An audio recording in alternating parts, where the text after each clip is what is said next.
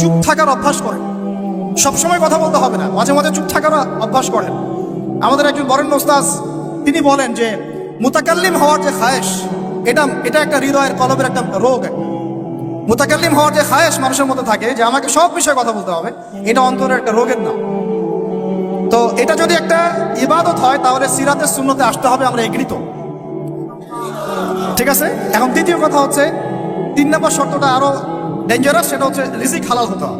রিজিক, এই জায়গায় সবাই একটু ফিকির করেন, দেখেন একটু আপনারা আপনাদের রিজিকগুলোকে দেখেন যে কতজনের রিজিক 100% হালাল আছে।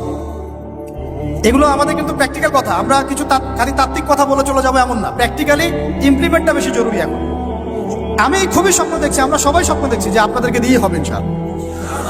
কারণ এই জেনারেশন করে দেখিয়েছে, এবং তারা আমাদেরকে দেখিয়েছে কোন ভাষায় কথা বললে কাজ হয়। এতদিন তো আমরা বলে আসতাম, তো এই ভাষার কথা বললে আপনারা আমাদেরকে অনেক ত্যাগ দিতেন। ঠিক আছে, দেখেন জালেম জুলুম করলো, মাজলুম দাঁড়ায় গেল।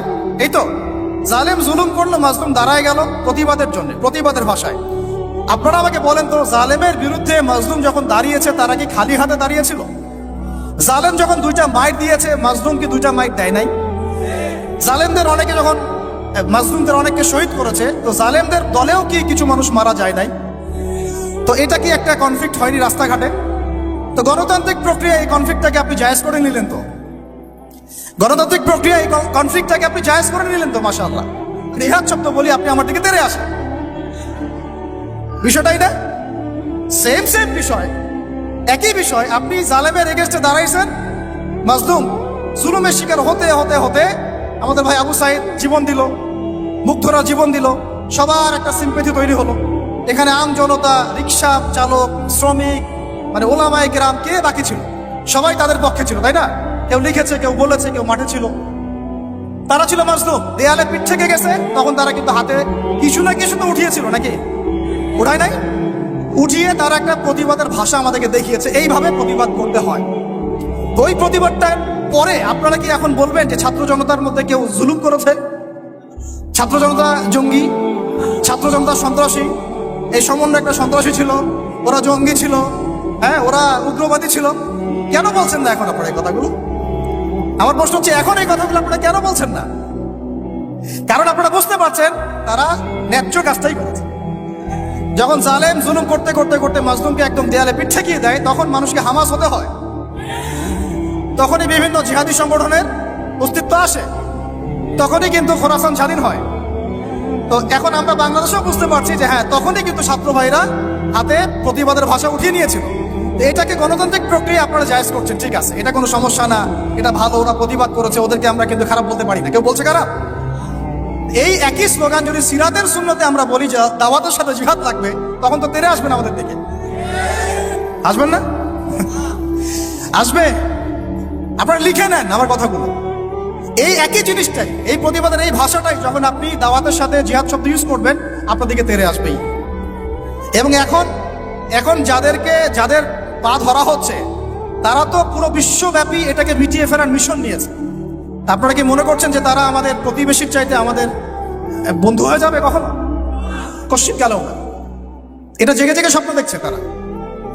তো আল্লাহ পাক তাদেরকে সহিহ সমাজ দান করেন। আর সবসময় আমরা সবকিছু করবো না, আমরা তো পরিবেশ পরিস্থিতি বুঝে ইনিশিয়েটিভ নিব, তাই না? কিন্তু সিরাতের কোনো অংশকে আপনি বাদ দিতে পারেন না। তো একটা অংশকে বাদ দিয়ে দিবেন, একটা অংশকে নিবেন, দিনের কিছু অংশকে রাখবেন, কিছু অংশকে রাখবেন না। এটা তো ইসলাম ধর্ম। যখন যেটা ইমপ্লিমেন্ট করার অবস্থা সৃষ্টি হবে তখন সেটা করতে হবে, এটাই তো ইসলাম। আর আমরা দেখলাম যে কোন ভাষায় কথা বললে দাবি আদায় করা যায়। আর একটা ভাষা আছে বাংলাদেশে দাবি আদায় করার, কিছু হইলে শাহবাগে চলে যাওয়ার। তো মাঝে মাঝে আমরাও বাসায় একটু মশকরা করি, তোমার কিছু লাগবে? কেন কিছু লাগলে চলো শাহবাগে যাই। দাঁড়ালেই আমাদেরকে ইয়া দিবে আর কি, মানুষ বাবা দিবে, আমার দিকে জনসমর্থন তৈরি হবে। তো মূল জায়গায় আসি ভাই, যে এখন আপনাদের সাথে এই ব্যাপারটা আমার ক্লিয়ার যে এটা একটা ইবাদত, এটাকে করতে হবে সিরাতের সুন্নতে, তাই তো? আর সিরাতের সুন্নতে করতে গেলে আপনাদেরকে সিরাত পড়তে হবে কিনা ভাই? আমাকে বলেন যে সিরাতের 40 থেকে 50টা কিতাব আছে এখন, যদি আপনারা ঘুরে দেখেন।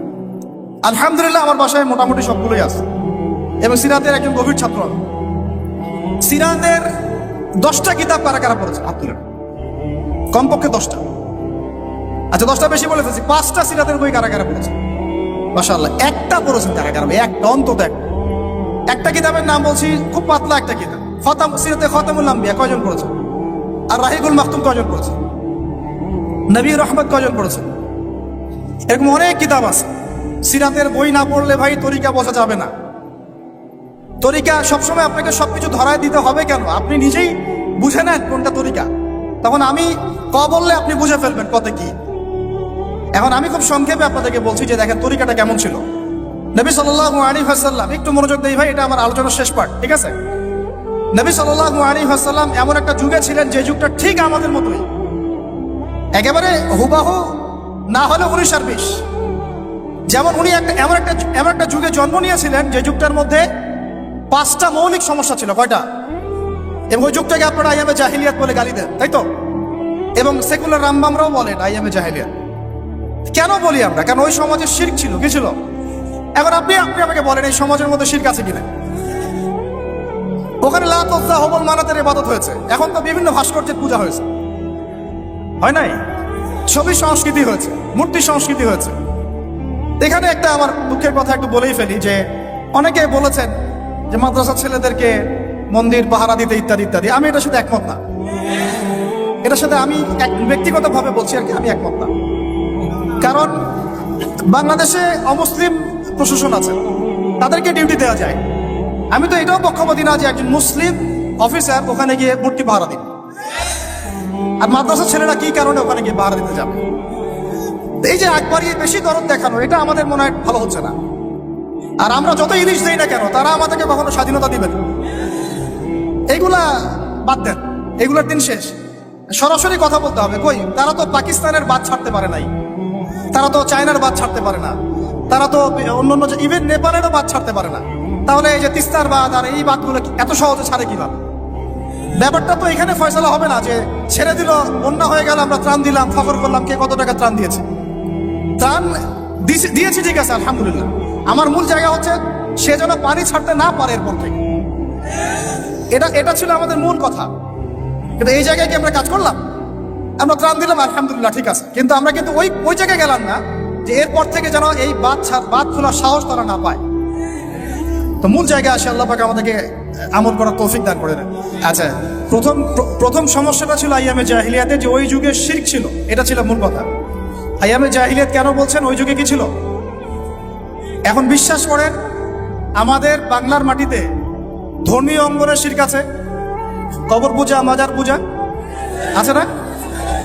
রাজনৈতিক অঙ্গনের শিরক আছে। কি শিরক? আল্লাহর বিধান বাদ দিয়ে তাগুতি বিধানে দাসত্ব করা। অর্থনৈতিক অঙ্গনের শিরক আছে, আল্লাহর হালালকে হারাম করে ওইটাকে আবার বেশি উত্তম মনে করা।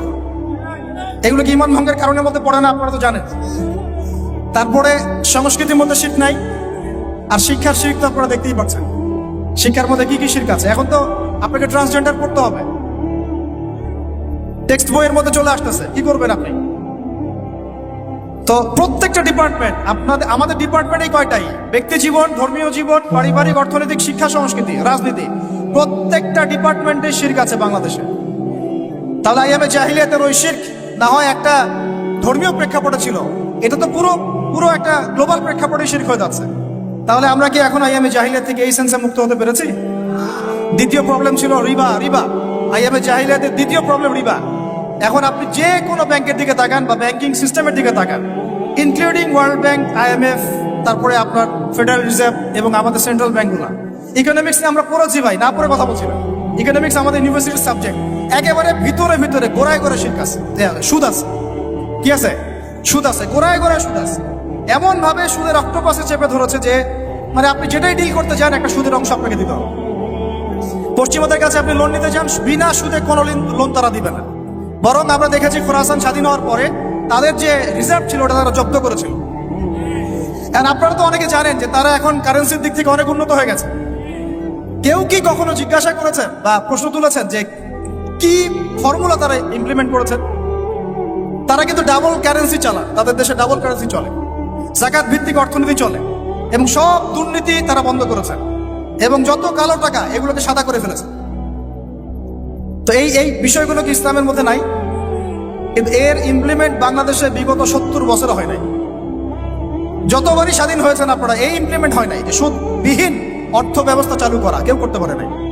হ্যাঁ, কিছু মানুষ চেষ্টা করেছেন, স্বীকার করি, তাদেরকে আমরা শ্রদ্ধা করি, সম্মান করি, তাদের প্রচেষ্টাকে আমরা সাধুবাদ জানাই, কিন্তু যতক্ষণ পর্যন্ত শেকড় পরিবর্তন হবে না, ডালপালা ছাঁটে লাভ নাই।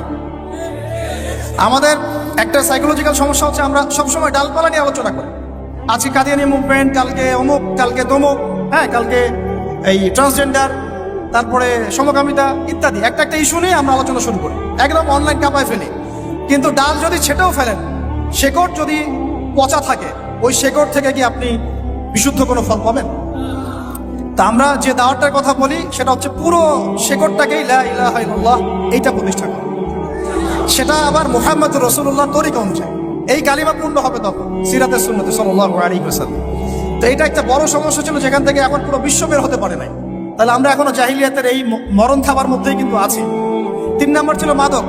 বলেন, আপনারাই বলেন, এই মাদক থেকে কি আমরা বের হতে পেরেছি কিনা? আমরা তো অনেককে দেখি ইফতার করেও সিগারেট টান দেয়। তো আরো বড়, এখন এই অঞ্চলগুলোতে আপনারা তো জানেন ভালো করে আমার চেয়ে মাদকের কি সয়লা। হ্যাঁ, অনেক বড় বড় কোটিপতি শিল্পপতি হয়েছে ইয়াবার ব্যবসা করে, আবার জাকাতও দেয়, আবার এদিকে হজও করে, উমরাও করে। তো সুদ দেখেন, সুদ, ঘুষ, দুর্নীতি, দুর্নীতি ছাড়া কোন সেক্টরটা টিকে ছিল? ঘুষ ছাড়া কোথায় চাকরি হয়েছে? সুদ ছাড়া কোন ব্যাংকিং সিস্টেম চলে? তাহলে সেই হারাম অর্থনীতি থেকে আমরা তো বের হইতে পারি না। আমি জাহিলিয়াতের মধ্যে আছি এবং মাদকের মানে ভয়াল খাবার মধ্যে আছে। ইয়াং জেনারেশনের বেসিক সমস্যাই মাদক এখন, কারণ তারা একটা সময় পর্যন্ত অন ইসলামিক লাইফ লিড করে, গার্লফ্রেন্ড অ্যাফেয়ার্স, এইটা ওইটা গান বাজনা করতে করতে হতাশ, শেষমেশ মাদক। ওখানে গিয়ে লক্ষ লক্ষ ছেলে বাংলাদেশের মাদকাসক্ত হয়ে আত্মহত্যা করেছে, হয়তো লক্ষ লক্ষ না হলে পরিসংখ্যানটা কাছাকাছি হবে। তো এই সমস্যাটা থেকে আমরা কিন্তু বের হতে পারি নাই। আরেকটা ছিল জাহিলিয়াতের সমস্যা, নারী জাতির অবমাননা। এটা থেকে কি বের হতে পারছে জাতি? বলেন, নারী জাতির আমাদের একটু আগে এক বোনের কথা আসলো, তাহলে আমাদের বোনরা কি এখনো সেফ? একটা প্রসঙ্গ শব্দ উঠে আসছে না, গুম। এবার আসলে ব্যাপারটা এমনই হয় যে আপনি তো তখন কোনো প্রতিবাদও করতে পারবেন না, একেবারে আতর্কিত হামলার মতো হুট করে 1 মিনিটের মধ্যে উঠাই নিয়ে চলে গেল, কিছুই বলার নাই, কিছুই করার নাই। সাথে সাথেই হ্যান্ডকাফ, চোখ বেঁধে ফেলা এবং জোরে জোরে গান ছেড়ে দেয়, যাতে আপনার মাইন্ডটা ফ্রেশ থাকে। নাউযুবিল্লাহ, মানে আপনি যেন রিল্যাক্স ফিল করেন, হয় না? তো এই যে একটা ভীতিকর অবস্থা, যখন তখন যাকে তাকে উঠাই নিয়ে যাচ্ছে, এখান থেকে তো মেয়েরাও রেহাই পেল না, তখন। তাহলে সত্যি কি আমরা আমাদের দিনী বোনদেরকে সিকিউর করতে পেরেছি? ইভেন আমরা তো ভাইদেরকেও সিকিউর করতে পারি নাই।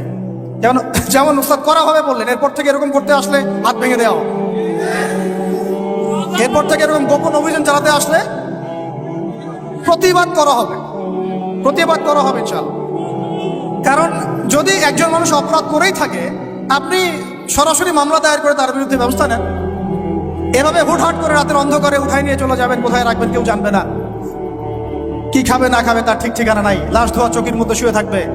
একটা কোরআন চাইলে কোরআনও দিবেন না পড়তে, একটা কোরআন যদি চাওয়া হয় কোরআনও দিবেন না পড়তে। যখন তখন রিমান্ডে নিয়ে যাবেন।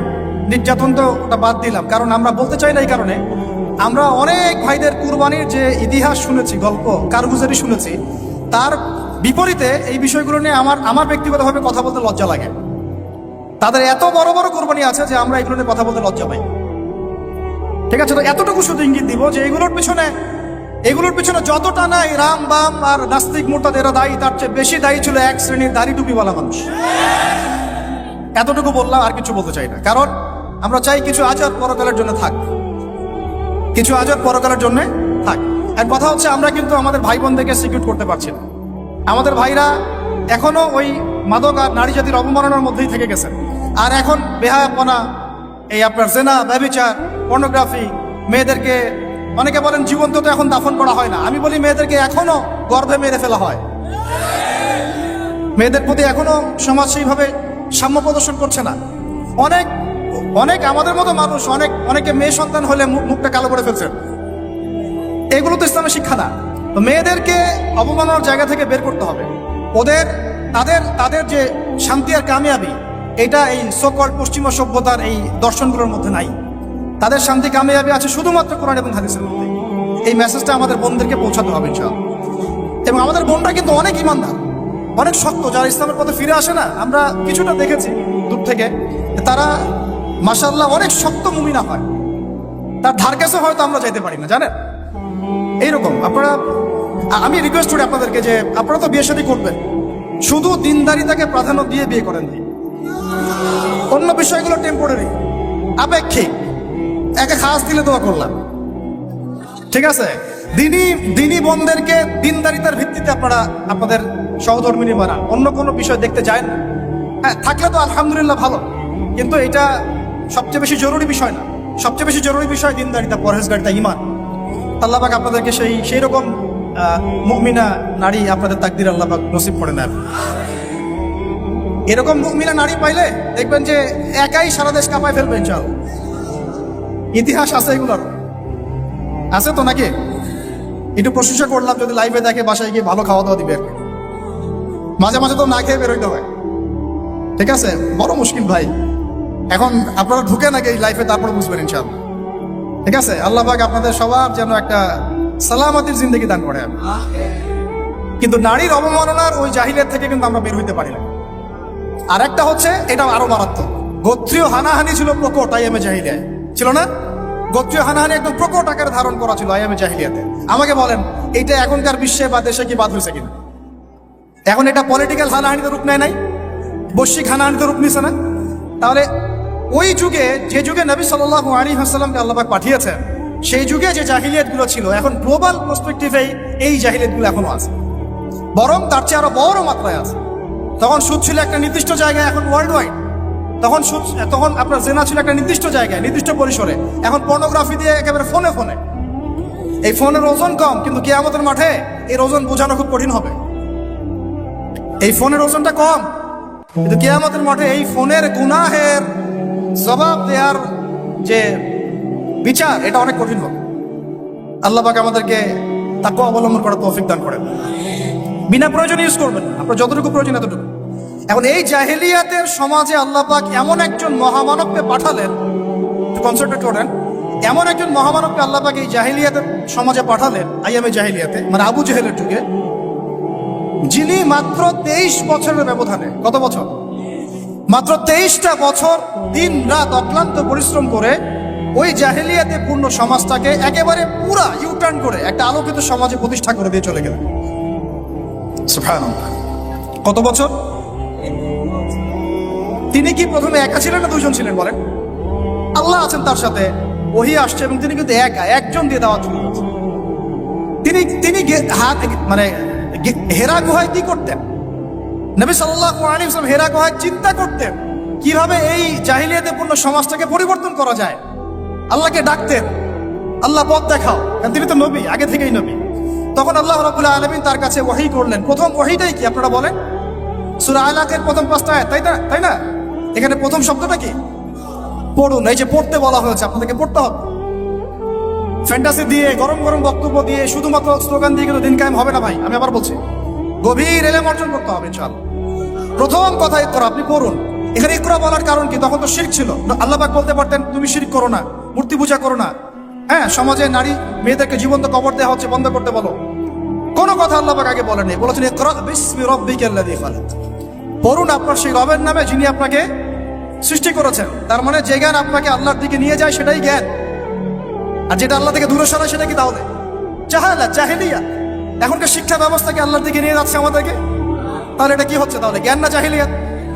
সহজ কথা, সিরাতের আলোকে, খালাকাল ইনসানা মিন আলাক, যিনি মানুষকে আলাক দিয়ে সৃষ্টি করেছেন। ইকরা ওয়া রাব্বুকাল আকরাম আল্লাযী আল্লামা বিল কলম। দেখেন আমাদেরকে আল্লাহ পাক জ্ঞান শিক্ষা দিয়েছেন কলম দিয়ে। ওয়া আল্লামা আদম আসমা কুল্লাহা, আল্লাহ পাক আদম আলাইহিস সালামকে সমস্ত নাম শিক্ষা দিয়েছেন। আমরা সৃষ্টিগতভাবে জ্ঞানী ছিলাম না, আল্লাহ আমাদেরকে জ্ঞান দান করেছেন সুবহানাল্লাহ। এবং সেই জ্ঞানের বদৌলতেই আমাদের পিতাকে আল্লাহ পাক সিজদা করিয়েছেন আপনার ফেরেশতাদেরকে দিয়ে, সুবহানাল্লাহ।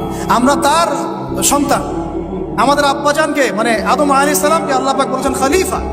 আল্লাহ পাক বলেন নাই যে আমি পৃথিবীতে ইন্নী জাইলুন ফিল আরদি খলিফা, এটা আল্লাহ পাক বলেছেন। আল্লাহ পাক এটা বলেন নাই আমি পৃথিবীতে মানুষ পাঠাতে চাই, পৃথিবীতে আমি নতুন কোনো প্রাণী বা মাখলুক পাঠাতে চাই, এমনটা আল্লাহ পাক বলেন নাই। আল্লাহ বলছেন আমাদের পিতাকে খলিফা, খলিফা মানে যিনি জমিনে আল্লাহর বিধান প্রতিষ্ঠা করেন। ঠিক যেমন দাউদ আলাইহিস সালামকে আল্লাহ পাক বলেছেন, ইয়া দাউদ ইন্না জাআলনাকা খলিফাতান ফিল আরদ ফাহকুম বাইনান নাসি বিল হক ওয়া লা তাত্তাবি'ল হাওয়া ইউদিল্লাকা আন সাবিলিল্লাহ।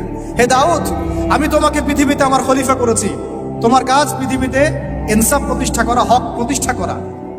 হকের মানদণ্ড কি? আল্লাহ পাকের ওহী, আল্লাহর ওহী দিয়ে তুমি মানুষের মাঝে বিচার ফয়সালা করবা, এটাই হলো হক প্রতিষ্ঠা করা। যদি না করো, প্রবৃত্তির তাড়না অনুসরণ করো, মানে মানব রচিত বিধান অনুসরণ করো, তাহলে ইউদিল্লাকা আন সাবিলিল্লাহ, আল্লাহর রাস্তা থেকে এটা তোমাকে সরাই নিয়ে যাবে। বলেন, আমরা এখন খলিফা শব্দটাই ভুলে গেছি, আর খলিফা থেকে যে খিলাফা আসছে এই শব্দ বলতেও ভয় পাচ্ছি। বাংলাদেশের ইয়াং জেনারেশন এখন যারা মানে ইসলাম প্র্যাকটিস করছে, তাদের অনেকেও নামাজ, রোজা, হজ, যাকাত এই শব্দগুলোকে যেভাবে রিসিভ করেন, শরিয়া, ইমারা, খিলাফা রিসিভ করতে পারেন না। কারণ এর ব্যর্থতার দায় আমাকে নিজের উপর নিতে হবে। কারণ আমি হয়তো বিগত 5 বছরে তাকে এই শব্দগুলো শোনাতে পারি নাই। বিগত 5 বছরের সব লেকচারগুলো ঘটেন আপনারা, সব ওয়াজ মাহফিলের দেখেন কয়টা লেকচারে, কয়টা ওয়াজে এই কথাগুলো, সামগ্রিক দাওয়ার কথাগুলো আছে। তাহলে মানুষ জানবে কিভাবে? তো নবী সাল্লাল্লাহু আলাইহি ওয়াসাল্লামের কাছে প্রথম ওহী আসছে পড়াশোনা কেন্দ্রিক। ভাই, আমাদেরকে পড়াশোনা করতে হবে। আর এই পড়াশোনার জন্য এই মেলা, বই, যে আয়োজনগুলো হচ্ছে, এগুলো কিন্তু আমাদের পড়াশোনার জন্য। আসলাম, বই কিনলাম, চলে গেলাম, এটা না। আপনাকে একটা সিলেবাস মেনটেন করে পড়তে হবে, একটা সিলেবাস মেনটেন করে পড়াশোনা করতে হবে, তাও একা একা না, ওস্তাদের সহবতে। এটা অনেক ইম্পর্টেন্ট পয়েন্ট। মাথার উপরে মুরব্বী রাখা, বড় বড় ওলামায়ে কেরাম রাখা, নিজেকে মুরব্বী না ভাবা। বহু তুল্লাব এবং বহু আলেম পর্যন্ত নিজেকে শুধু মুরব্বী ভাবার কারণে আর তাদের মাথার উপর থেকে মুরব্বীকে সরিয়ে দেওয়ার কারণে মুহূর্তের মধ্যেই পথভ্রষ্ট হয়ে গেছে। ইভেন তাগুতের দালালিও করে ফেলছে। এমন অনেক ঘটনা আছে, নজির আছে, আপনারা দেখতে পারবেন। তো আমাদেরকেও ওইরকম ওস্তাদ, ওলামায়ে কেরাম, বরেণ্য মুরব্বীদের সোহবত এটা জরুরি। সোহবত না আসলে তাজকিয়া আসবে না, আর তাজকিয়া না আসলে আপনার আমার দ্বারা কোনো দাওয়াতও সম্ভব না, ওই জিহাদও সম্ভব। বিশ্ব দূষিত কলব দিয়ে আল্লাহর দ্বীন কায়েম সম্ভব। আমার কলবটা মুনাওয়ার হতে হবে, নূর লাগবে। নূর অর্জন করতে হলে আমার পড়াশোনা, আমলের পাশাপাশি এরকম মুহাক্কিক আলেমদের সোহবতও লাগবে। এবং এই জায়গায় আপনি নিজেকে সাম্প্রদায়িক করে ফেলবেন না যে আমি শুধু একজনকে আমি মানে আমার মাথার উপরে রাখছি, বাকি আর কাউকে আমি চিনি না। এরকম চিন্তা মনে হয় করা ঠিক হবে না। বরং বরেণ্য ওলামায়ে কেরামদের সবার কাছ থেকে আপনি নূর হাসিল করবেন। ঠিক আছে? অনেক সময় দেখা যায় আমাদের বড়দের মধ্যে কোনো কোনো বিষয়ে মতপার্থক্য হতে পারে। এই জায়গায় আপনার আমার কাজ কি? এই জায়গায় আপনার আমার কাজ তালেবে ইলম হিসেবে একদম চুপ থাকা। কি থাকা? একদম চুপ থাকবে না, কথা বলবেন না। ওইটা তারা বুঝবে। এই জায়গায় ফেসবুকটা যে ক্ষতি করেছে বাংলাদেশে, অন্য কোনো প্ল্যাটফর্ম সেটা করে না। এটা কিন্তু একটা ক্ষতিকর দিক। এটার ভালো দিক যেমন আছে, এটা ক্ষতিকর দিক। কথা সব জায়গায় বলা যাবে না, আমাদের সবাইকে কথা বলা যাবে না। তো মাথার উপর মুরব্বী রাখা, ওলামায়ে কেরামের সহবতে থাকা এবং ইলম অনুযায়ী আমল করা, আল্লাহ পাক আমাদেরকে বোঝার তৌফিক দান করেন। এবার নবী সাল্লাল্লাহু আলাইহি ওয়াসাল্লামের কাছে যখন এই ওহীটা আসলো, আপনারা তো জানেন তিনি বাসায় গিয়েছেন, নিজের জীবনের আশঙ্কা করেছেন। ওয়ারাকা বিন নাফিল কি বলেছিলেন? ওয়ারাকা বিন নাফিল বলেছিলেন যে তোমার কাছে যিনি এসেছেন সে হচ্ছে নামুস, মানে জিবরাইল আলাইহিস সালাম। এইবার তোমার তোমাকে বের করে দিবে। আমার পয়েন্টটা ধরেন এই জায়গায়। ওয়ারাকা বিন নাফিলের কাছে আল্লাহর নবীকে নিয়ে যাওয়া হলে সাল্লাল্লাহু আলাইহি ওয়াসাল্লাম, তিনি মন্তব্য করেছিলেন যে তোমার কাছে যে এসেছে সে হচ্ছে নামুস, জিবরাইল আলাইহিস সালাম। তোমার কাছে এমন একটা ওহী আসছে, এইবার তোমাকে তোমার কওম বের করে দিবে। নবীজি অবাক হয়ে জিজ্ঞাসা করেছিলেন যে আমাকে তারা বের করে দিবে? আমাকে তারা সাদিক আল আমিন বলে থাকে, তাই না? তখন তিনি বলেছিলেন এর আগে যার কাছেই নামুস এসেছে, মানে এই ওহী, আল্লাহর ওহী এসেছে, তাকেই তার কওম বের করে দিয়েছে। তার মানে কি? তার মানে আপনি যখন ওহী ভিত্তিক হকের কথা বলবেন এবং সিরাতে সুন্নতে নিজেও চলবেন এবং সেটা কায়েম করতে চাইবেন, আপনাকেও সমাজ থেকে বের করে দেওয়া হতে পারে। বের করে দেওয়া হতে পারে, আরো বড় কিছু হতে পারে। এমন তাকদিরে যা আছে তা হবে, এটা আল্লাহ পাকের হাতে। কিন্তু আমরা কি সুন্নত থেকে সরে যাব? এবার নবী সাল্লাল্লাহু আলাইহি ওয়াসাল্লাম যখন শুয়ে আছেন, এই যে জাম্মিলুনি জাম্মিলুনি এইখান থেকে বলতেছি, তখন কিন্তু আল্লাহ রাব্বুল আলামিন কয়েকদিন পরে আরেকটা ওহী করেছেন। এই ওহীটা আমরা অনেকে আলোচনা করতে চাই না বা করি না, এটা একটু আমি আলোচনা করবো। আচ্ছা, ধৈর্য ধরতে পারছেন কি? আচ্ছা, ঠিক আছে। আপনাদের ধৈর্য চ্যুতি হয় কিনা আমি ভয় পাচ্ছি। তো দ্বিতীয় ওহীটা অনেকেই জানি না। দ্বিতীয় ওহী কি এটা অনেকেই জানি না এবং এটার ব্যাখ্যা অনেক সময় করা হয় না। প্রথম ওহীটা নিয়ে কথা হয় যে পড়াশোনা করতে বলা হয়েছে। দ্বিতীয় ওহীটা হচ্ছে সূরা মুদ্দাসসিরের প্রথম 5-6টা আয়াত। তিনি যখন শুয়ে আছেন, দ্বিতীয় ওহী আসছে, ইয়া আইয়ুহাল মুদ্দাসসির, হে কম্বল আবৃত রাসূল, উঠুন, কুম ফাআনযির, কুম উঠেন, আপনি উঠে দাঁড়ান, ফাআনযির মানুষকে সতর্ক করেন, ওয়া রাব্বুকা ফাকাব্বির আপনার রবের তাকবীর পাঠ করেন, আমরা যে বলি তাকবীর, আল্লাহু আকবার, ঠিক আছে, ওয়া রাব্বুকা ফাকাব্বির ওয়া সিয়াবাকা ফাতাহহির ওয়া রুজা ফাহজুর। দেখেন এই বেসিক আয়াতের উপর আমাদের আমল নাই, আমি দেখাচ্ছি আপনাদেরকে। এখানে ওহী প্রাপ্ত হওয়ার পরে নবী সাল্লাল্লাহু আলাইহি ওয়াসাল্লামকে বলা হয়েছে আপনি উঠে দাঁড়ান। উঠে দাঁড়ান মানে শুধু বিছানা থেকে মাটিতে দাঁড়ান অর্থ নয়। উঠে দাঁড়ান মানে হক নিয়ে আপনি সমাজের মধ্যে দাঁড়িয়ে পড়েন এবং সমাজের মানুষের সতর্ক করা শুরু করেন। তারপরে হক প্রাপ্ত হলে হক চিনতে শিখলে আমাদের কাজ কি? দাঁড়িয়ে যাওয়া, হক নিয়ে দাঁড়িয়ে যাওয়া, মানুষকে সতর্ক করা, দাওয়াতের কাজ করতে থাকা এবং রবের তাকবীর পাঠ করুন। পোশাক পবিত্র রাখুন, শুধু বাহ্যিক পোশাক না, কলবের পোশাকটাও। এই কলবের পোশাকের পবিত্রতা কয়জন আছে বুকে হাত দিয়ে কে বলতে পারবে? কার কলবে জিনার অপবিত্রতা নাই? কার কলবে এই হিংসার অপবিত্রতা নাই, গীবতের অপবিত্রতা নাই, তহমতের অপবিত্রতা নাই, মানুষের সম্মান হানির অপবিত্রতা নাই? ইভেন আমরা যারা অনেক সময় দিনের রিপ্রেজেন্টেটিভ হয়ে আছি তাদেরও কলব দূষিত হয়ে আছে অনেক সময়।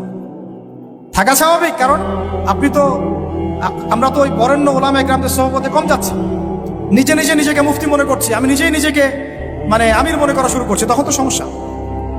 তো আরেকটা কথা এখানে আছে যে ওয়ার রুজা ফাহজুর, যত অনর্থক কথা আর কাজ আছে এটাকে আপনি এড়িয়ে চল। বলেন তো এটা আমরা আমল করতে পারছি? অনর্থক কথার কাজ আমরা এড়িয়ে চলতে পারি? আমরা সবাই অলমোস্ট এভরিবডি আমাদের জীবনের বেশিরভাগ সময় নষ্ট করতেছি অনর্থক কথার কাজ। ওই সময়টুকু পড়লেও কাজ হতো, তেলাওয়াত করলে কাজ হতো, ওস্তাদের বয়ান শুনলে কাজ হতো ইত্যাদি। এখন এই ওহীগুলো আসার পরে আমাদের নবী সাল্লাল্লাহু আলাইহি ওয়াসাল্লাম আর বসে থাকলেন না দাঁড়িয়ে গেলেন? এই যে তিনি দাঁড়িয়ে গেলেন একদম 23 বছর, মানে অনবরত দিন রাত, এটাকে আপনি দুই ভাগে ভাগ করে ফেলতে পারেন, একটা মাক্কি যুগ, একটা মাদানী। মাক্কি যুগ কত বছর ছিল? 13 বছর। মাদানী অ্যাপ্রক্সিমেটলি 10 বছর। এই মাক্কি যুগটাকে আপনি আবার 2-3টা ভাগে ভাগ করতে পারেন। একটা ভাগ হচ্ছে প্রথম 3 বছর নবী সাল্লাল্লাহু আলাইহি ওয়াসাল্লাম গোপনে গোপনে দাওয়াত দিয়েছেন। কত বছর? আমাদের সমাজে কিন্তু ওই প্রেক্ষাপটটা এখন আর নাই, কারণ দাওয়াতটা প্রচার হয়ে গেছে মাশাআল্লাহ। প্রথম 3 বছর তিনি কিন্তু ইন্ডিভিজুয়ালি দাওয়াত দিয়েছেন। আবু বকর সিদ্দিক দাওয়াত কবুল করেছেন, খাদিজা রাদিয়াল্লাহু আনহা, আলী ইবনে আবি তালেব, যায়েদ ইবনে হারেসা, আব্দুল্লাহ বিন মাসউদ, তারপর বেলাল ইবনে রাবাহ, তারপরে বলেন উসমান বিন আফফান, তালহা রাদিয়াল্লাহু আনহু, জুবাইর বিন আওয়াম। এই যে বরেণ্য সাহাবায়ে কেরাম যারা বদর, উহুদ, খন্দক কাঁপিয়ে দিয়েছেন পরে, তারা ইসলাম কবুল করেছেন কখন? এই প্রথম 3-4 বছর। তাহলে আমাদেরকে কিন্তু মানুষ তৈরি করতে হবে, সিরাতের শিক্ষা কি? মানুষ তৈরি করতে হবে। এবং এই দাওয়াতটা কি মুসলিম সমাজে হচ্ছিল না অমুসলিম সমাজে হচ্ছিল? বলেন। তাহলে আমরা কিন্তু ইসলামের কথা বলছি এখন। অমুসলিম সমাজে আমরা দাওয়াত দিচ্ছি কতটুকু, এটা ভাবতে হবে না? অমুসলিমদেরকে কি আমরা ঠিক মতো দাওয়াত দিচ্ছি? এই যে আপনাদের পার্বত্য অঞ্চলে পুরো জায়গাটা কিন্তু অমুসলিম অধ্যুষিত, ওদেরকে দাওয়াত দিতে হবে, ওদেরকে দাওয়াত দিতে হবে। কে জানে তাদের মধ্য থেকে আনসারী সাহাবীর মতো সাহাবী বের হতে পারে, কে জানে তাদের মধ্য থেকে উমর ইবনে খাত্তাব বের হতে পারে, আমার যারা যা খেদমত হচ্ছে না তার দ্বারা সেটা হতে পারে। তাই দাওয়াতটা সাম্প্রদায়িক করবো না, দাওয়াতটা আমরা সবার মাঝখানে ছড়াবো ইনশাআল্লাহ। এটা কিন্তু সিরাতের শিক্ষা। তার মানে মুসলিম অমুসলিম সবাইকে দাওয়াত দিব ইনশাআল্লাহ। আল্লাহ পাক তৌফিক দান করেন, যোগ্যতা দান করেন, আমিন। এই দাওয়াত চলতে লাগলো প্রথম 3 বছর। 4র্থ বছর থেকে প্রকাশ্যে দাওয়াত শুরু হলো, যখন ওমর, হামজা এরকম কিছু সাহাবী আস্তে আস্তে ইসলাম কবুল করতে লাগলেন। মানে তখন মিছিল শুরু হচ্ছে, মিছিল। ওমর রাদিয়াল্লাহু আনহুর কথা একদম মানে স্পষ্ট যে ইয়া রাসূলুল্লাহ সাল্লাল্লাহু আলাইহি ওয়াসাল্লাম, আলাসনা আলাল হক, আমরা কি হকের উপরে নাই? আলাইসু আলাল বাতিল, তারা কি বাতিলের উপরে নাই? তাহলে আমরা কেন এখন ঘরের ভিতরে নামাজ পড়বো? চলেন আমরা কাবা ঘরে গিয়ে নামাজ পড়ব। ব্যাস, মিছিল করতে করতে কাবা ঘরে যাওয়া হলো, নামাজ পড়া হলো। সুবহানাল্লাহ। ওই উপর থেকে আপনারা হজমরা যারা করেছেন হয়তো দেখছেন, আবু জাহেলের বাড়ি বলে একটা জায়গায় আর কি, তাই না? ওই টয়লেট বানানো, ওটা আসলে কতটুকু সহি আমি জানি না। ওইখানে পিছনে কিছু পাহাড় আছে, পাহাড়গুলোর উপরে উঠে তখন ওই মোশরিকটা দেখছিল, আর আবু জাহেল ওই মিছিলে আক্রমণ করার চেষ্টা করেছে, কিন্তু উতবা বিন রাবিআ আসিয়া বলেছিল ভুলেও এই মিছিলে আক্রমণ করিল না। ওখানে দেখো 2 জন বীর সেনা আছে, ওই যে হামজা হইতো ওমর, গেলে একটু পিছিয়ে ফেলাই দিবে। তো এখন আমরা চাই আমাদের ভাইদের মধ্যে হামজা আর ওমর উঠে আসুক, তখন আরো প্রকাশ্যে কথা হবে ইনশাআল্লাহ। এটা একটা মানে স্ট্র্যাটেজি আর কি। যখন আপনার কাছে মানে শক্তিশালী কিছু মানুষ থাকবে তখন কিন্তু দাওয়াতটাও আরো বড় পরিসরে হয়, এটা স্বাভাবিক। এই জন্য আমরা আমাদের সরকার হোক প্রশাসন হোক, আমাদের অমুসলিম ভাইরা হোক, ইভেন আপনারা যারা আছেন আমাদের দিনী ভাইরা, সবাইকে আমভাবে দাওয়াত দিব যে আপনারা ওমর আর হামজা হয়ে যান, ইসলামের দিকে আসেন, ওমর আর হামজা হয়ে যান ইনশাআল্লাহ। আপনারা আমাদেরকে প্রোটেক্ট করবেন। দেখেন আল্লাহ নবী সাল্লাল্লাহু আলাইহি ওয়াসাল্লামকে, আমি প্রোটেক্টের কথা বলছি বাহ্যিক অর্থে, প্রোটেকশন তো আল্লাহ পাক দেন। মানে তারা কারা ডান হাত বাম হাত হয়েছিল, কারা ঢাল হয়েছিল, সাহাবীরা না? সেই সাহাবী হতে হবে আপনাদের। আমাদের ওস্তাদ বলেন, অন্যান্য অনেক ওস্তাদ অনেক কথা বলছেন, অনেক কাজ করছেন, আর আমাকে বলেন তাদের অবর্তমানে তাদের জায়গা দখল আপনি করতে পারবেন কিনা, ওই যোগ্যতাটাকে আমরা অর্জন করছি কিনা, এটা আমাদেরকে ভাবতে হবে। আমাদেরকে অনেক ক্রিয়েটিভ চিন্তা করতে হবে যে আমাদের ওস্তাদরা যে কাজগুলো করছেন তাদের অবর্তমানে আমরা সেই লেগেসি বজায় রাখতে পারবো কি পারবো আদৌ, সেই জেনারেশন তৈরি হচ্ছে কিনা, গ্যাপ হয়ে যাচ্ছে কিনা আবার কোনো, এবং তারা যেভাবে দিনের জন্য কাজ করছেন তাদের জান মাল ইজ্জত পরিবার এগুলো দেখভাল করার দায়িত্ব আমাদের আছে কি নাই বলেন? এটাই ভাই, আমি নিজের কথা বলি যে আমাদের কাছে একসময় বাজার করার টাকাও ছিল না, এমন একটা সময় গিয়েছে, এবং কাউকে আমরা বলতেও পারছিলাম না যে আমাদের টাকার দরকার। কিছু ভাই কিছু অর্থ সহায়তা করেছিলেন ওই বিপদগ্রস্ত মুহূর্তগুলোতে, তো সেটা আবার মাঝখান থেকে থার্ড পার্টি মেরে খেয়ে ফেলছে। এখন আমি একটা কথা বলি, আমরা দাওয়াতের কাজ করব, আমরা শরিয়ার প্রতিষ্ঠার চেষ্টা করব, ঠিক আছে, ওলামায়ে কেরামরা করবেন, আপনাদের ঊর্ধ্বতন নেতা যারা তারা করবেন, কিন্তু তাদের জান, তাদের মাল, তাদের পরিবার, তাদের আহার, তাদের ভরণ পোষণ, এই বিষয়গুলো দেখার দায়িত্ব কি আমাদের নাই আদৌ? আমরা কি হামজা, উমর, আবু বকর হতে পারছি কিনা, এটা আমাদেরকে মাথা রাখতে হবে। এটা আমরা যেন হই, আল্লাহ পাক তৌফিক দান করেন। এবার এই সাহাবীদেরকে নিয়ে নবী সাল্লাল্লাহু আলাইহি ওয়াসাল্লাম দাওয়াত আরো বেগবান করলেন। এবার দাওয়াত যত বেগবান হলো, আবু জেহেল, আবু লাহাবদের নির্যাতন তত বাড়তে লাগলো। ঠিক তো কথা?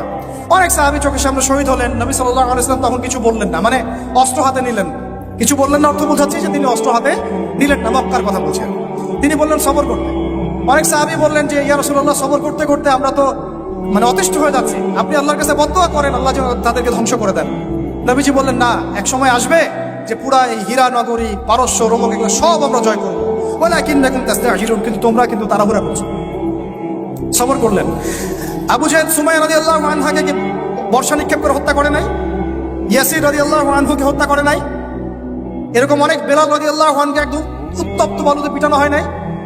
অনেক ঘটনা ঘটেছে। তখন কিন্তু আমরা ওই অ্যাপ্রোচ নিতে পারি নাই, বা ওই আদেশটা আমাদের আল্লাহর পক্ষ থেকে আসে নাই যে আমরা ওদের সাথে ওই ভাষায় কথা বলবো যে ভাষা ওরা কথা বলছে। তখন ভাষাটা ছিল ধৈর্যের। এমনকি নবী সাল্লাল্লাহু আলাইহি ওয়াসাল্লাম বললেন, তোমরা এখন আবিসিনিয়াতে চলে যাও। আবিসিনিয়াতে একজন কি আছে? একজন খ্রিস্টান শাসক আছে, যার রাজ্যে কেউ জুলুমের শিকার হয় না। সুবহানাল্লাহ। দেখেন, একজন খ্রিস্টান শাসক সম্পর্কে নবী সাল্লাল্লাহু আলাইহি ওয়াসাল্লাম মন্তব্য করলেন, তার রাজ্যে কেউ জুলুমের শিকার হয় না। এখন পুরো মুসলিম বিশ্বের মুসলিম শাসকদেরকে খুঁজে পাওয়া দুষ্কর, যাদের রাজ্যে কেউ জুলুমের শিকার হয় না। ওখানে মুসলিমরা গিয়ে থাকতে লাগলেন দীর্ঘ সময়। তারপরে দেখেন আমাদের নবী সাল্লাল্লাহু আলাইহি ওয়াসাল্লাম দাওয়াতের কাজ বেগবান করলেন। এবার 3 বছর বয়কটের জীবনযাপন। সিরাত পড়েছেন না আপনারা? 3 বছর বয়কট মানে কি? ওই এক প্রকার কারাগার, এটা একটা উন্মুক্ত কারাগার ছিল। শিয়ারে আবু তালেব বলি, শিয়ারে আবু তালেব, মানে ওখানে না আছে খাবার, না পানি, গাছের ছাল পাতা খেয়ে সাহাবীরা 3 বছর থেকেছে। সুবহানাল্লাহ, চিন্তা করা যায়? 3টা বছর। তখন দেখেন কিছু অমুসলিম মানুষ আমাদেরকে হেল্প করেছেন, যেমন আবু তালেব, তিনি কিন্তু তখন মুসলিম হন নাই, কিন্তু হেল্প করেছেন আমাদের। এত হেল্প করেছেন যেটা হয়তো আপনি কেউ করতে পারেনি ইসলামকে। চাচা আবু তালেব মুসলিম না হয়ে ইসলামকে যে পরিমাণ হেল্প করেছেন, সহযোগিতা করেছেন, নিরাপত্তার চেষ্টা করেছেন, ওটা কিন্তু আমরাও করতে পারিনি শেষ পর্যন্ত। তারপরেও তিনি জান্নাতে যেতে পারছেন না। সুবহানাল্লাহ। কেন বলেন? শুধুমাত্র শেষ পর্যন্ত কালিমা না পড়া। তাহলে আমরা কি একটু কৃতজ্ঞ হব না যে আল্লাহ পাক আমাদেরকে মুসলিম পরিবারে আমাদেরকে জিজ্ঞাসা না করেই জন্ম দিয়েছেন? একটু ভাবতে হবে এগুলা ভাই। আত্মসমালোচনা খুব জরুরি জিনিস। যখন এগুলো আপনার ভিতরে চলে আসবে, কাজের কথা আপনাকে বলতে হবে না, আপনি নিজেই ছুটবেন ইনশাআল্লাহ। তো দেখুন, চাচা আবু তালেবের মতো অনেক মানুষ আমাদের দরকার, এটা কিন্তু ইঙ্গিত এসেছে লেকচারের মধ্যে, এর আগে ওস্তাদ বলেছেন। তো আমাদেরকে এ ধরনের মানুষদেরকেও দাওয়াত দিতে হবে। কে জানে যে ভিতরে অনেক আবু তালেব অলরেডি আছে, আমাদেরকে হেল্প করতে চায়, থাকতে পারে না? দাওয়াত বেগবান করতে হবে, সর্বমহলে দাওয়াত। আল্লাহ পাক বোঝার তৌফিক দান করেন। তো তারপরে আবু তালেব তিনি ইন্তেকাল করলেন। তার স্ত্রী, প্রিয়তম স্ত্রী খাদিজা রাদিয়াল্লাহু আনহা, যিনি একদম তার সমস্ত জানমাল উৎসর্গ করেছেন ইসলামের জন্য, তিনিও চলে গেলেন। আমাদের নবীজি একা হয়ে পড়লেন তখন। এইটাকে এই বছরটাকে কি বলে সিরাতের ভাষায়? আমুল হুজন। কি বলে? আমুল হুজন, কষ্টের বছর। এই কষ্টের বছরের পরে আল্লাহ পাক তাকে মেরাজ ঘটিয়েছেন। সুবহানাল্লাহ। কারণ এই যে যখন আপনি আল্লাহর হয়ে যাবেন না, আপনার যদি কোনো কারণে মন খারাপও হয়, আল্লাহ আপনার মন ভালো করে দিবেন ইনশাআল্লাহ। দেখবেন যে কোনো একটা ব্যবহারে বা কিছুতে আপনার মন খারাপ হয়েছে, আল্লাহ আপনাকে এমন একটা সম্মান মর্যাদা দিয়ে দিবেন যে আপনার মন ভালো হয়ে গেছে, আল্লাহ আপনার হয়ে যাবে ইনশাআল্লাহ। মানে ঘুমের মধ্যেও আল্লাহ আপনাকে হেল্প করবেন ইনশাআল্লাহ। তো আমরা সবাই আল্লাহর হয়ে যাওয়ার চেষ্টা করি। আমিন আমিন। এরপরে যেটা হলো, নবী সাল্লাল্লাহু আলাইহি ওয়াসাল্লাম তায়েফে গেলেন। কোথায়? এই তায়েফের ঘটনা আমি নিজে গিয়েছি ভাই। ওই প্রত্যেকটা জায়গা আমরা ভিজিট করেছি যেখানে নবী সাল্লাল্লাহু আলাইহি ওয়াসাল্লামকে আঘাত করা হয়েছে। সুবহানাল্লাহ, ওখানে গেলে আপনি চোখের পানি ধরে রাখতে পারবেন না। যেই আঙ্গুর বাগানে বসে তিনি আঙ্গুর খেয়েছেন, মাজলুমের সেই দুর্বলের দোয়া করেছেন, ওই বাগান এখনো আছে, ওই রাস্তা এখনো আছে। ওখানে তিনজন বড় বড় গোত্র নেতা ছিল, আব্দে ইয়ালাইল, আব্দে মাসউদ আর হাবিব বিন আমর। তিনজন বড় বড় ভাই ছিল। তারা তো ইসলাম কবুল করেই নাই, বরং নবী সাল্লাল্লাহু আলাইহি ওয়াসাল্লামকে ছোকরাদেরকে লেলিয়ে দিয়ে রক্তাক্ত করে তার রক্ত দিয়ে তার জুতা আটকে গিয়েছিল। সুবহানাল্লাহি ওয়া বিহামদিহি। কি এমন ভাবে তারা রক্তাক্ত করেছিল যে পুরা মাথা ফেটে রক্ত বের হয়ে জুতাটা আটকে গেছে রক্ত দিয়ে। ভাবা যায়? তাইফে যদি কখনো যান আপনারা নিজেরা বুঝতে পারবেন। এটা পুরো পাহাড়ি এলাকা এবং আমাদের এই পাহাড়গুলোর মতো না। এই পাহাড়ের নিচ থেকে উপরটা হচ্ছে 40 কিলোমিটার। এই জায়গাটা নবীজি গিয়েছেন জুন জুলাই মাসে, প্রচন্ড গরমের মধ্যে, পায়ে হেঁটে। শুধু আমি তো গাড়িতে আসছি, উনি পায়ে হেঁটে গিয়েছেন একজনকে সাথে নিয়ে, যায়েদ ইবনে হারেসা রাদিয়াল্লাহু আনহু। কি উদ্দেশ্যে? শুধু আল্লাহর সন্তুষ্টির জন্য, তাদেরকে দাওয়াত দেওয়ার জন্য। তারা দাওয়াত তো কবুল করেই নাই, রক্তাক্ত করে পাঠিয়ে দিয়েছে। তাহলে আমরা দাওয়াতের খুব ইনস্ট্যান্ট ফলাফল কেন চাই ভাই? আমরা কেন এত তড়িৎ গতিতে ফলাফল আশা করি? সবর করতে হয়, এখানে অনেক সংগ্রাম আছে, ত্যাগের ব্যাপার আছে, তারপরে ফলাফল আসবে ইনশাআল্লাহ। কথা ঠিক না ভুল? এটা আপনাকে সিরাত থেকে বোঝাচ্ছি আমি। এই সময়ে কিন্তু কোনো সাহাবী চিন্তা করেন নাই যে এই 2 বছর পরে আমরা আবার মদিনায় পাবো। এবার নবী সাল্লাল্লাহু আলাইহি ওয়াসাল্লাম মক্কায় ফিরে আসছেন। নাখলা উপত্যকায় তিনি দাঁড়িয়ে কুরআন তেলাওয়াত করছেন। আর এই কুরআন তেলাওয়াত শুনলো একদল মানুষ ইসলাম কবুল করলো না, জিনরা শুনে ইসলাম কবুল করে ফেললো। সুবহানাল্লাহ। দেখেন আল্লাহ রাব্বুল আলামিনের কি মানে আসলে নকশাটা কেমন। আল্লাহু আকবার। এই জিনরা আবার তাদের সম্প্রদায়ে গিয়ে ইসলাম প্রচার করলো। সূরা জিন পড়েন, সূরা আহকাফ পড়েন, সব আছে এখানে। তারপরে নবী সাল্লাল্লাহু আলাইহি ওয়াসাল্লাম মক্কায় ঢুকলেন। ঢোকাটাও টাফ ছিল, তারপরেও ঢুকেছেন তিনি বনু আদি গোত্রের সহযোগিতায়। তারপরে নবী সাল্লাল্লাহু আলাইহি ওয়াসাল্লাম হজের মৌসুমে দাওয়াত দিচ্ছেন। এই জায়গা থেকে ইসলামের পাল্লাটা ঘুরে গেল। এটা আসলে আমার আলোচনার শেষ পয়েন্ট। এই জায়গা থেকে ইসলামের পাল্লাটা ঘুরে গেল এবং আমরা আর দুর্বল থাকলাম না। শুধু শক্তিশালী না, এত শক্তিশালী হলাম যে পুরো বিশ্ব আমাদের করদলগত হয়ে গেল। সুবহানাল্লাহ। তিনি হজের মৌসুমে দাওয়াতের কাজ করছেন। ওই সময় হজ উমরা ছিল আর কি, বিকৃত। তো 6 জন যুবক ভাইরা শুনেন, 6 জন ইয়াং তরুণ যুবক। কয়জন? কুইজ কিন্তু আছে সামনে, মনে রাখেন এগুলা। 6 জন ইয়াং তরুণ যুবক ইয়াসরিব থেকে আসলেন মক্কায়। ইয়াসরিব কিসের নাম? মদিনার নাম। 6 জনের লিডারের নাম হচ্ছে আসাদ বিন জুরারা। কি নাম? রাদিয়াল্লাহু আনহু। তিনি আসলেন, নবী সাল্লাল্লাহু আলাইহি ওয়াসাল্লাম তাদেরকে দাওয়াত দিলেন, কোরআন শোনালেন। এই সাহাবী তরুণ, এত বুদ্ধিদীপ্ত সাহাবী, তিনি এত ইন্টেলেকচুয়াল ছিলেন।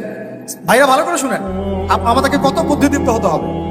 তিনি আগেই মদিনার ইহুদিদের কাছে শুনেছিলেন কোন এক সময় যে শেষ জামানায় একজন নবী আসবেন যার নাম হবে আহমদ। কি নাম হবে? এবং উচ্চ বংশ থেকে আসবে, উচ্চ বংশ থেকে। তার চরিত্রের ব্যাপারে সবাই সার্টিফিকেট দিবে, তার চরিত্র একদম পবিত্র।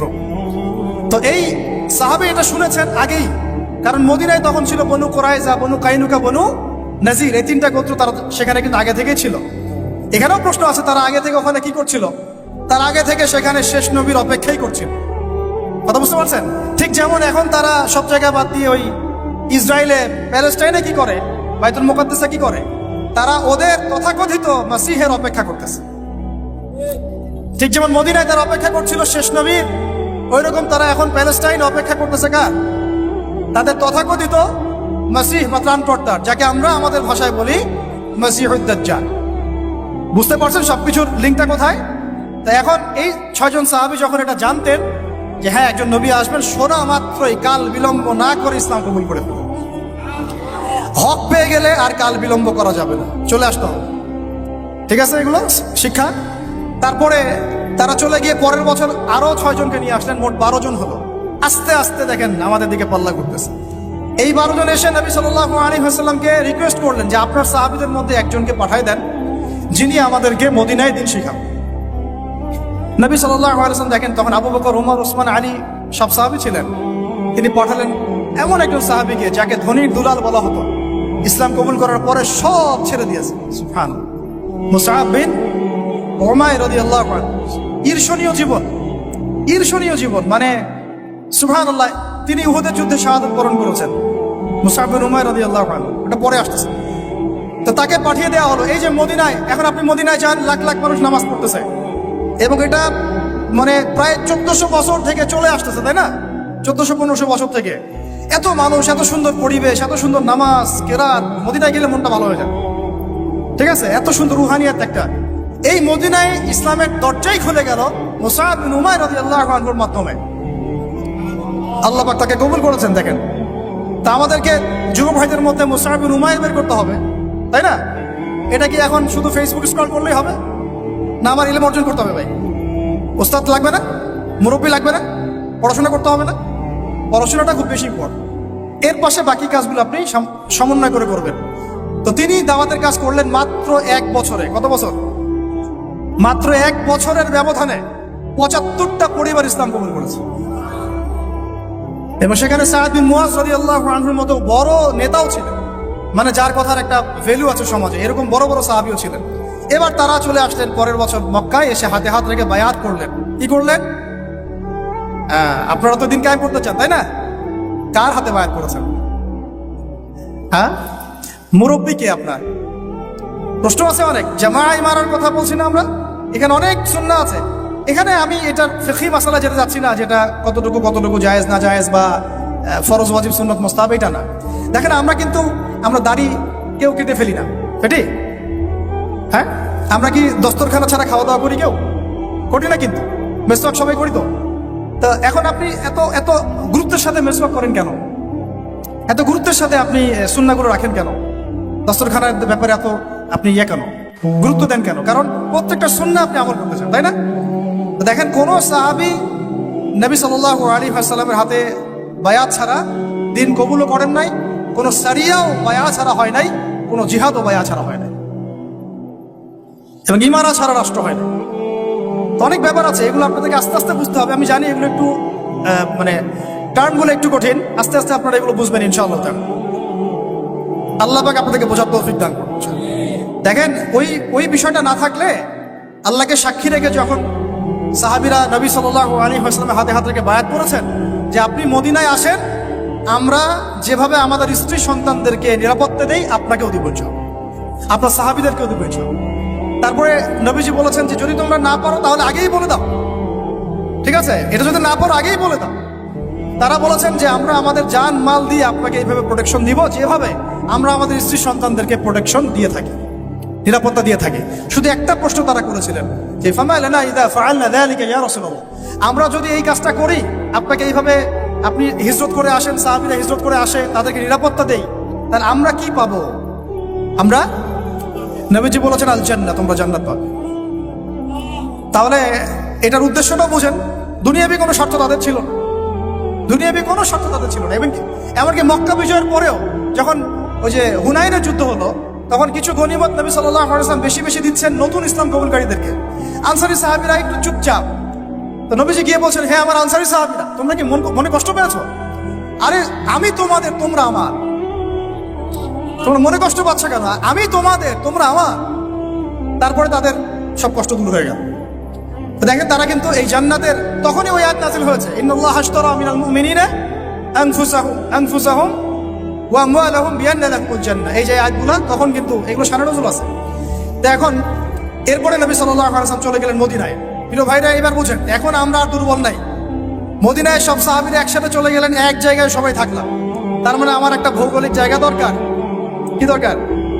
এটা আল্লাহ পাক আমাদেরকে বাংলার জমিন দিয়েছেন, ঠিক আছে? আমরা তো বাংলার জমিনে আছি, বাইরে চিন্তা করার সুযোগ আমাদের এখন হচ্ছে না। তো জায়গা দরকার আগে, তাই না? এবং সবাই একটা জায়গায় থাকতে হবে, তাই তো? তারপরে নবী সাল্লাল্লাহু আলাইহি ওয়াসাল্লামকে সবাই আমির মেনেছেন না? নেতা কয়জন সেখানে? তো এই জায়গায় আমাদের একটা প্রবলেম আছে। আমরা এখানে মানে সবাই মিলে একজনকে ফিক্স করতে পারছি না বা হয়ে উঠছে না। আমরা দোয়া করবো আল্লাহর কাছে, আল্লাহ পাক যেন তার মাকবুল কোনো বান্দাকে আমাদের উপরে নিয়ে আসেন, যিনি পুরো উম্মাহকে নেতৃত্ব দিবেন। তবে ইতিহাস থেকে একটা বিষয় পাওয়া যায় যে সবাই মিলে একটা জায়গায় না এসেও দিন বহু জায়গায় কায়েম হয়েছে, ঠিক আছে? ক্ষুদ্র ক্ষুদ্র অনেক তাইফা দিয়েও দিন কায়েম হয়েছে। জরুরি না যে সব ভাইকে একবারে একটা প্ল্যাটফর্মে নাম দেখাইতে হবে, এটাও জরুরি না। কিন্তু একজন নেতা দরকার। কি দরকার? একজন নেতা দরকার, অনুসারী দরকার, আমাদের একটা জায়গা দরকার, একটা ইমারত দরকার এবং বায়াও দরকার আছে, ঠিক আছে? আল্লাহ পাক আমাদেরকে বোঝার তৌফিক দান করে। তারপরে এবার নবী সাল্লাল্লাহু আলাইহি ওয়াসাল্লাম হলেন সেখানকার আমির, তাই না? রাষ্ট্রপ্রধান, নবী এবং সেখানকার নেতা এবং আমিরও, সবকিছুই তিনি মদিনা সনদ করলেন। ওখানে ইহুদিরা ছিল, ওদের সাথে চুক্তি হলো, ধারাগুলো আপনারা পড়ে নিয়েন। আজকে সিরাতের বই না কিনে কেউ বাড়িতে যাবেন না, ঠিক আছে? মার্কেটিং করে দিলাম ভাই, হাদিয়ে দিয়েন। তো সিরাতের বই না কিনে বাসায় কেউ যাবেন না। তিনি মদিনা সনদের ধারাগুলো তাদের সাথে ডিল করা হলো। মুসলিমদের মধ্যে তিনি দিনী ভাই সম্পর্ক স্থাপন করলেন, একজন আনসার একজন মুহাজির, একজন আনসার একজন মুহাজির। এই দিনী ভ্রাতৃত্ব লাগবে আমাদের। আবার এই ভ্রাতৃত্বের জায়গায় আমরা দুর্বল আছি, এখানেও দুর্বল আছি। আমরা কাউকে মাথায় উঠাইতে সময় নেই না, নামাইতেও সময় নেই না। হ্যাঁ, কারো একটা ভালো গুণ দেখলে একেবারে মাথায় উঠাই ফেলাই। আবার দেখা যায় একটু কিছু দেখা যাচ্ছে একটু খারাপ, নেগেটিভ, হ্যাঁ, আমরা তো মনে করি সবাই ফেরেশতা হবে আর কি, ঠিক আছে? তখন আবার একদম আসার দিয়ে মাটিতে ফেলে দিই। এটা সুন্নাত না সিরাতের, ঠিক আছে? দেখেন হাতেব ইবনে আবি বালতা রাদিয়াল্লাহু আনহু, তিনি পত্র নিয়ে গিয়েছিলেন, নবী সাল্লাল্লাহু আলাইহি ওয়াসাল্লাম তাকে তিরস্কার করেন নাই। পত্র নিয়ে আগে অগ্রিম খবর দেওয়াটা কিন্তু একটা অপরাধী ছিল তখন। কিন্তু অনেক সাহাবী প্রতিবাদ করছিলেন কড়া ভাষায়। নবীজি বলেন, না, ওকে ছেড়ে দাও, সে বদরি সাহাবী, সে বদরের যুদ্ধ করেছে। আর তোমরা কি জানো না যে বদরের যুদ্ধ করেছে তার সব গুনাহ মাফ করে দিয়েছেন আল্লাহ পাক? আমাদেরকে বুঝতে হবে যে আমরা একটু দিনই রুহামা উবাইনাহু, আমাদের মধ্যে রহম দিল পয়দা করতে হবে। এত কনজাস্টেড চিন্তা চেতনা করলে হবে না। আল্লাহ পাক আমাদেরকে বোঝার তৌফিক দান করেন। এখন আসেন শেষ অংশটা। এবার যে রাষ্ট্র পেয়ে গেলাম, নেতা পেলাম, ইমারা জামা সব পেলাম, এখন ইসলাম কিন্তু শুধু দাওয়াত দিচ্ছে না। এখন কিন্তু ইসলাম মানে মুসলিমরা শুধু দাওয়াতের মেহনত করছে না, এখন শুরু হলো সারিয়া অভিযান। কি অভিযান? বদর প্রথম যুদ্ধ না, বদরের আগেও বেশ একটা সারিয়া হয়েছে। সারিয়া সাইফিল বাহার, সারিয়া রাগেব, এরকম অনেক সারিয়া হয়েছে। সারিয়া মানে কি? যেই সামরিক অভিযানে আমাদের নবীজি নিজে যান নাই, কোনো সাহাবীকে পাঠিয়েছে। তাহলে এখন শুধু দাওয়াত চলতেছে না, জিহাদও চলতেছে। এখানে দাওয়াত জিহাদ একসাথে, একে অন্যের পরিপূরক, একজন একটা থেকে একটা আলাদা না। তাদেরকে বুঝাতে পারতেছে? তো এখন সারিয়া শুরু হয়ে গেল। সারিয়া হতে হতে হতে এক পর্যায়ে আবু সুফিয়ানের কাফেলাকে নিয়ে কেন্দ্র করে বদরের ব্যাটেল যুদ্ধ হয়ে, এই বদরটাকে আমরা বলি গাজওয়া। কি বলি? গাজওয়া। এটা কিন্তু আকস্মিক হয়ে গেছে, কারণ সাহাবীরা আসছিলেন কাফেলাটা আক্রমণ করতে। তারা তো জানতেন না যে মক্কা থেকে এত সেনাবাহিনী নিয়ে তারা আবার হাজির হবে। তখন নবীজি কিন্তু মাশওয়ারায় বসেছেন যে তোমরা কি বলো, আমরা কি যুদ্ধে যাব না আমরা মদিনায় ব্যাক করবো, আরো বেশি সৈন্য নিয়ে আসবো।